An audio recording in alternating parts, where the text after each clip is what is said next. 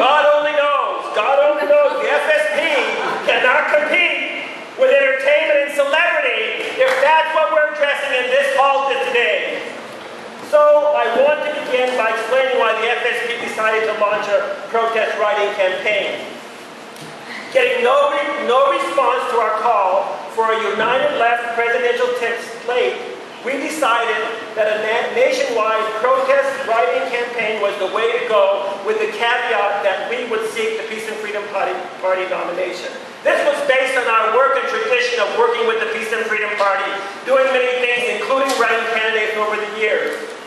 With greater resources and with greater unity among left parties and a pooling of resources, the FSP would embrace the idea of a nationwide effort to get on the ballot in as many states as possible. We know that action in that direction, in the direction of left unity, would be a great selling point for such a campaign. And hopefully this will develop, because in the coming radicalization, I firmly believe that the masses are going to make the left parties break out of their sectarianism and isolation. In fact, those of us listening already are hearing loud voices calling for exactly this. With our writing campaign, we are capturing the spirit of resistance shown by OWS and elsewhere against Wall Street and the capitalist system.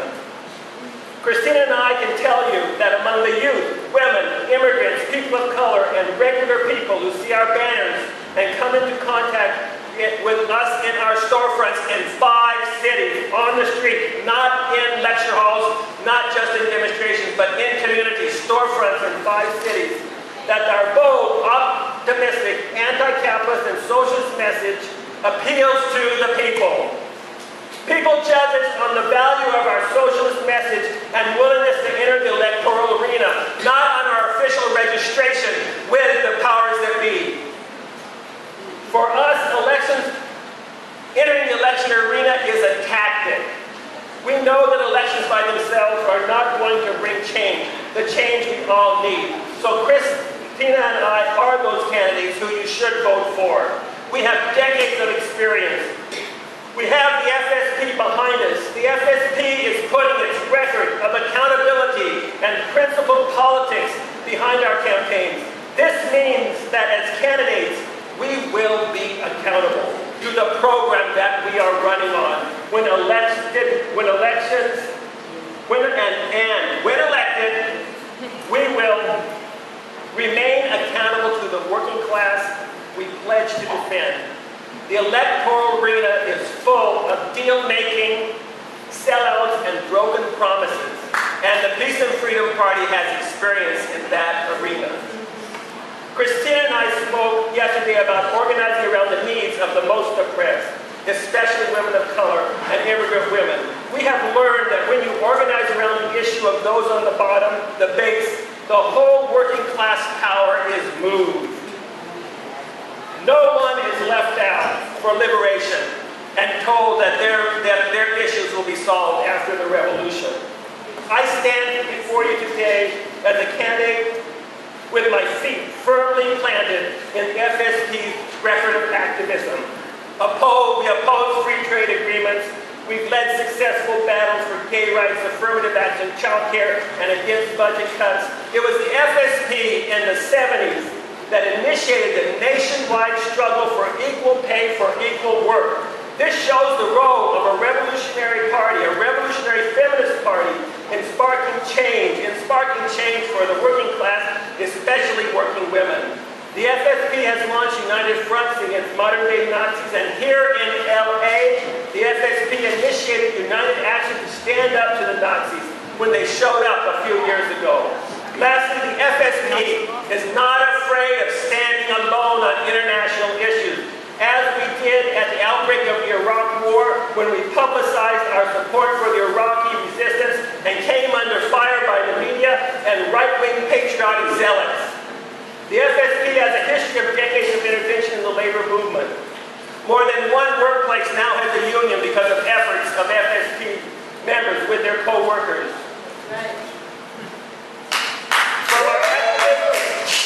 From our activism in the feminist and other social movements, the FSP many was the first to bring the demands of these movements to the labor movement, and we were successful.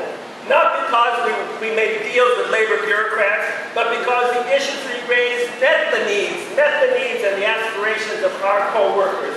For example, here in Los Angeles, in the hotel and restaurant employees, I organized with my co-workers in the late 70s, and we were the first to raise the need for bilingual union meetings.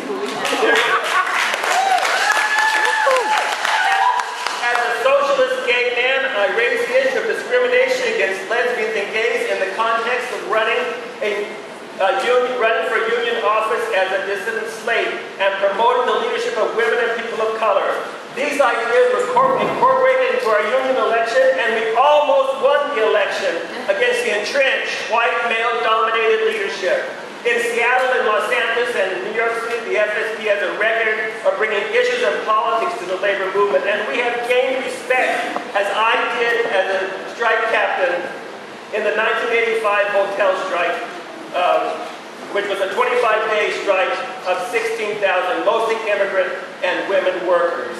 I was a pioneer in the modern lesbian gay movement and moved logically and naturally from my anti-war student activism at the University of California, Berkeley, to a gay liberation activist after the Stonewall Rebellion. I was a pioneer multiracial activist organizer before I met the FSP, and that says a huge lot for the growth, says a huge amount about how the FSP has been right about its program and the way it approaches politics.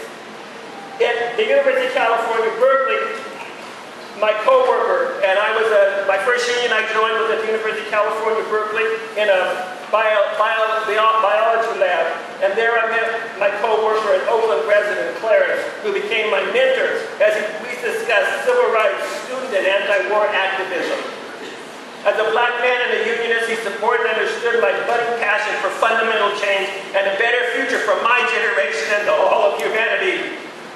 I learned how to fight against discrimination, demand what is ours as workers, women, gays, and all the oppressed and discriminated against.